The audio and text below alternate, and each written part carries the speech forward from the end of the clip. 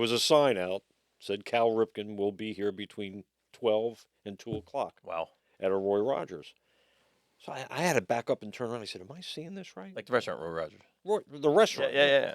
So I got to work and I called my wife. I said, "Can you meet me we live in Easton. Can you meet me in Flemington? I want to go to Roy Rogers. Cal Ripken's going to be there." And I said, I had a Vineyard Vines tie, Oriole tie. Cost me Okay. like $90, $100. I said, "Bring the tie." So she brought the tie, and there was also a T-shirt that I had from him, and he was there. And it turns out I didn't know this, but he said, I asked him, I said, "Why you do a lot for Roy Rogers?" He said, "Well, when I was a little kid, my dad would take me and Billy Ripken to the ball game and this, that, and maybe practice. And when we would leave, it would be a normal thing. We'd just stop at Roy Rogers to get Wow. something to eat." He says, and it just stuck in my mind, and I like Roy Rogers, and Wow. that's why he did it. I have a picture of him in the dugout with Bill Clinton and Al Gore when he broke the record in 1995.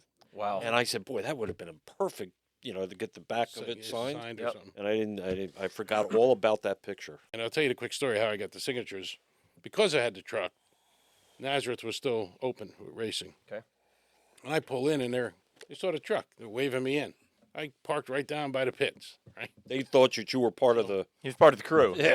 Yeah, he was important. But Yeah. the night before, Mario was signing at Kmart on 191 at the time. And I got a hold of his publicist. I said, "Listen, I got this truck. I want him to sign." So he came out.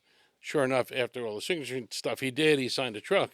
The next day, we went in on a Saturday, and I parked the truck and got Mario's. We're all excited, and Michael literally parked behind me. He came out of Formula One because he had a fallout there. He left Formula One halfway through the season that year. "Mike," I said, "your dad signed the driver's door. Come over here." So he signed the passenger door. In the interim, my wife actually wrote a letter to Emerson Fittipaldi days before the race.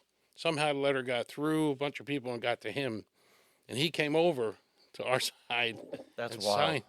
signed the truck. It was wild. We were so excited. We got 3 signatures. Spent the day there, watched all the time trials, did the whole thing. We're on our way home. We stopped to drop off film. We're leaving the parking lot. Cars coming this way. Guy waves. I wave back. It's Al Jr.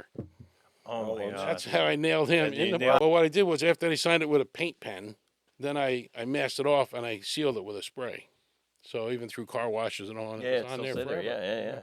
Then I got kids and I had to get rid of it and ended up with a Suburban. But I wish I still had that thing. Oh, today. that would 1993 Indy pace car, 8-cylinder Chevy pickup. Bilstein shocks. It was gorgeous. Yeah, it was a nice truck. Anyway. It was real nice. That was truck. my big signature stories.